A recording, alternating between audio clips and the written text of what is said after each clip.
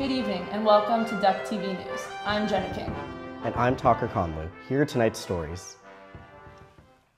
The University of Oregon's Panhellenic Women hosted the Vagina Monologues, an event that aims to take a stand against sexual assault and violence. Reporter Lauren Rodriguez has more. Local Panhellenic sorority, Pi Beta Phi, has made some changes to their annual event. This year, they will be joined by 6 other sororities, and all the proceeds will be donated to the charitable foundation Take Back the Night and the nonprofit organization Rosie. The Vagina Monologues, a show based off the stories of over 200 women and their experiences, was brought to the UO Panhellenic community 2 years ago. The event focuses on opening the discussion about sexual violence on college campuses. Bronwyn Thomas, the coordinator this year, says that her favorite part about the event is that people are often surprised to find that the show is funny. I think a lot of people are surprised by that. They hear the title, The Vagina Monologues, and it's so in your face. They expect it to just be like rants and talking about the anatomy of the vagina and the uterus, and it's not. The entire show is a mix of comedic and dramatic skits and covers a large range of subjects surrounding feminine health. Each monologue is performed by a member of the Pi Beta Phi sorority or a representative from one of the other 6 sororities participating in the event this year for the first time. UO senior Alyssa Lead, who has performed in all 3 shows since the event came to UO in 2016, says this event gives women a voice to talk about sensitive subjects.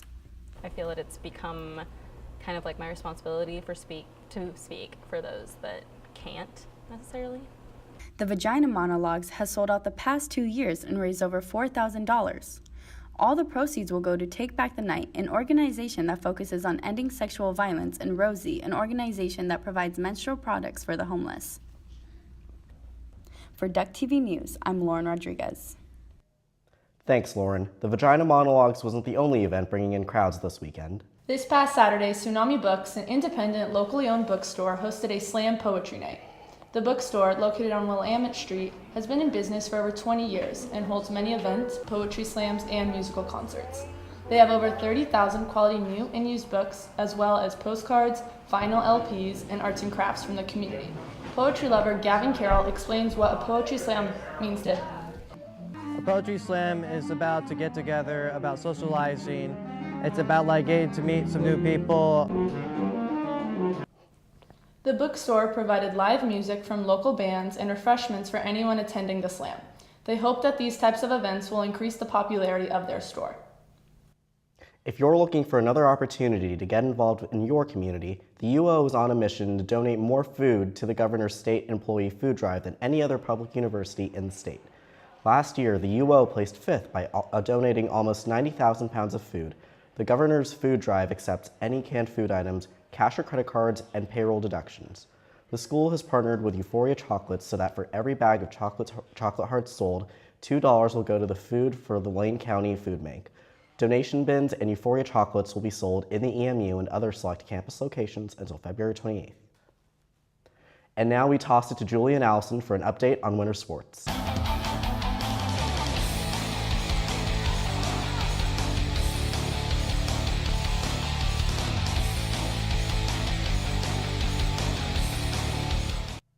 Hello, and welcome to this week's episode of Duck TV Sports. I'm Julia Labina. And I'm Allie Osborne. Let's dive into the duck pond for some sports news. Current U of O student Laureen Ross will be competing in Pyeongchang in the 2018 Winter Olympics for downhill skiing. This will be Ross's second Olympics as she finished 11th place in her downhill skiing debut for the 2014 USA team in Sochi. You can watch Ross go for the gold in the women's Super G on February 17th at 6 p.m., the women's downhill on February 21st at 6 p.m., and the women's alpine combined on February 23rd at 6 p.m. We at Duck TV wish Laureen best of luck in her Olympic quest. Oregon women's basketball look to continue their siege for more wins by taking on USC and UCLA this upcoming weekend. These games are crucial for the Ducks season as wins will help boost their standings in the Pac-12 and give them a chance to make it to the tournament. This past weekend, the Ducks battled the Washington Schools at home. The Ducks destroyed the Huskies on Thursday with a score of 65-40. Freshman Kenny Wooten balled out by collecting 7 blocks, and freshman Troy Brown racked up 21 points, shutting down the Huskies' 4-game winning streak. Against the Washington State Cougars, the Ducks flexed their offense to snatch the win. Goes to show that Ducks can fly better than Cougars after all. The Ducks are now 17-8 overall. Women's basketball has its final set of home games this weekend against USC and UCLA. This will be a tough matchup for the Ducks, considering they will have to beat UCLA to clinch first place. The Ducks will take on the Trojans on Friday and move on to play the Bruins on Monday. Some say winning on the road could be tough, but that doesn't seem to be the case for the women's team. The road trip to Washington was a success as they defeated Washington 76-63 with help from Ruthie Hebard as she scored a career high of 30 points. They also defeated Washington State 90-79, giving the Ducks back-to-back road sweeps of the Washington schools. Women's basketball will head into the weekend looking for its first league title since the 1999-2000 season. Last year, you might have gone to see the new film Wonder Woman, but this year, if you walked around the EMU, you've definitely seen the Wonder Woman of Oregon basketball. Matthew Knight Arena, the EMU, and televisions across campus are also home to these large art displays of individual players wearing superhero costumes. The Allen Hall advertising team worked with the Oregon Athletic Department to create this advertising campaign with the idea of empowering young women and increasing awareness about the elite team. Art director for AHA, Stacy Yurcheva, talks about the impact the working on the campaign had on her. Well, the first time I saw it, I teared up a little bit. I was so excited because, you know, it's not only coming up with the characters and the names and putting it all in Photoshop, but then also working with people who are going to be producing it. The campaign recognized a unique opportunity to creatively promote the women's basketball team, all in hopes in increasing in overall attendance numbers for their home games. Player Annalie Maley tells us what the campaign means to her. I think it's important, like I said, for to have women role models and having women superheroes. I guess it's kind of a metaphor for you can do anything even though you are a woman. The women's team has 2 home games left this season, giving you 2 more chances to see the Wonder Ducks in action. Oregon softball is dominating the start of their season at the Kajikawa Classic. They triumphed in the competition by winning all 6 of their games, giving them a 3rd-ranked spot in the NCAA. Players to watch include senior Gwen Savekis and sophomore Miranda Elish. Savekis held an incredible streak of a home run for 4 games straight, and Elish holding a second 5-inning shutout, boosting the offense. The Ducks will continue playing on the road as they travel to Mexico for the Puerto Vallarta College Challenge. Ever wonder why student athletes have the perfect social media presence? Well, Jack Taylor has a story on a new class that offers insight for student athletes on how to manage their social media accounts. Kelly Matthews is a senior instructor in the journalism program. Every summer, she teaches a very interesting course to incoming freshman student athletes here at the University of Oregon. She is tasked with teaching each Oregon student athlete the proper way to use social media the summer before their enrollment. I decided to offer the social media for student athletes class about 6 years ago. In an effort to get more student athletes graduated, this Bridge program allows student athletes to take courses over the summer prior to their freshman year. It gives them an opportunity to lighten their load during their season and get just a little closer to graduation. The course tackles issues of what content is being posted, how to respond to fans as well as anti-fans, and most importantly, the class aims to show the future Duck athletes how to structure and project their brand. We recognize the need to do some training around how to be responsible on social media for them to really understand the positive power of the tools that they have at their disposal. Kelly Matthews addressed that she has seen a number of incredible individuals come out of the course. Most recently, basketball big man Kenny Wooten. But what I think one of the students that's done a really nice job this year is Kenny Wooten. And I would say this to him, but I would not have guessed that when he was in the class.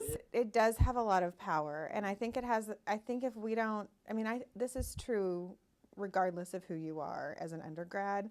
It's our job to get you ready for the world, right? Reporting for Duck TV Sports, I'm Jack Taylor. Thanks, Jack. With social media being so prominent in our daily lives, it's always good to have some knowledge on acting professional. That's all for tonight, folks. Thanks for tuning in. Make sure to follow us on Twitter, Instagram, and Facebook for all things Oregon athletics. Back to Tucker and Jenna at the news desk. Thanks, Julie and Allison. Last Thursday, students and faculty came together to listen to Sam Bailey, director and co-creator of the web series Brown Girls, hosted by the Cinema Studies Department. Bailey discussed the obstacles that come with being a woman of color in the film industry while she is visiting colleges around the nation. Just to show that it's possible, right? Like I think that you don't know a certain path is possible if you don't see it. And I think that, so for me, I'm like, I'm a walking testimony that like you can be a filmmaker. Like you can be a female director, you can be a POC woman director. And that, those are the people that I work with and those people that I evolve with. And so for me, it's really important and why I'm like cool having my picture taken on set and all that so that people can see images of people that look like me behind the camera. For upcoming events in celebration of Black History Month, check out the University of Oregon's website. Journalism students, your curriculum is changing. The SOJC is developing a new way to prepare students for the fast-paced world of journalism. Carly Armendariz has more on the story. There's always room for change here at the SOJC.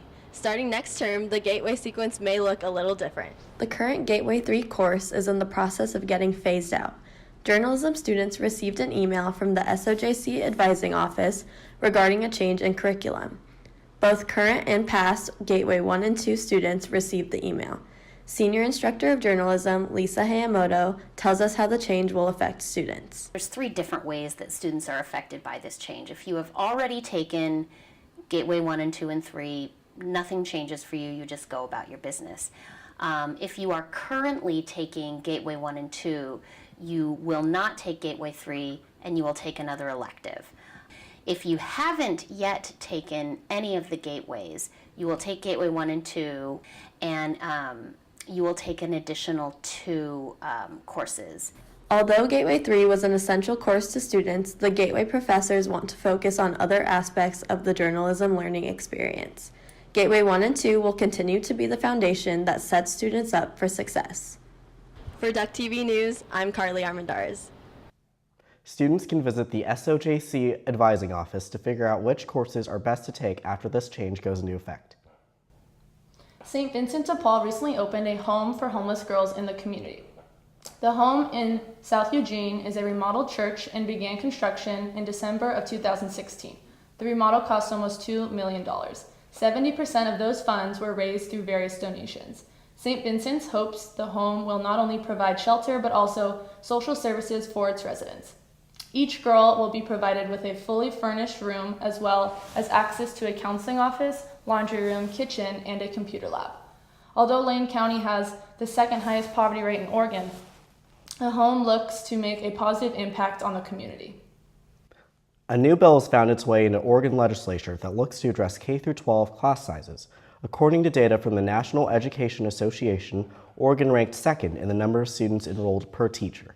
The bill aims to restrict the size of classes to benefit the learning environment, especially for younger students who may need more assistance from an instructor. Hitting the library last term definitely paid off for our Ducks. According to Around the O, more than 1,400 students qualified for the fall term Dean's List with a 3.75 GPA or higher. Congratulations, Ducks. Keep up the good work. That's all for this week's episode. Thanks for tuning in. Be sure to follow us on Instagram and Twitter at DuckTV News. Have a great night, Eugene.